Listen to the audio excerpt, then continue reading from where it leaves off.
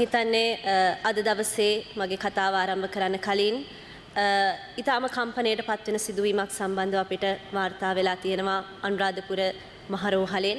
ඉතින් කාන්තාවක් විදිහට අපි කාන්තා දිනයේ සමරලා දවස් දෙකකට පස්සේ මේ වගේ අතිශය සංවේදී කම්පණයට පත්වෙන සිදුවීම් අපිට වාර්තා වීම සම්බන්ධව මම හිතන්නේ අපි ආණ්ඩුවක් විදිහට මහජන ආරක්ෂක අමාත්‍යාංශය, අධිකරණ අමාත්‍යාංශය, සෞඛ්‍ය අමාත්‍යාංශය ඇතුළු අපි සියලුම දෙනා ආණ්ඩුවක් වශයෙන් ඒ කටයුතු නිවැරදි කරන්නට සහ ඒ සිදුවීම සම්බන්ධව ආණ්ඩුවක් විදිහට අපි පැත්තෙන් සිදුවිය යුතු සියලුම විමර්ශන කටයුතු නිසියාකාරව සිද්ධ කරලා ඇයට සහ සමස්ත කාන්තා ප්‍රජාවටම යුක්තිය ඉෂ්ට කරලීම සඳහා අපි ආණ්ඩුවක් විදිහට මැදිහත් වෙන්න බව මම විශ්වාස කරනවා.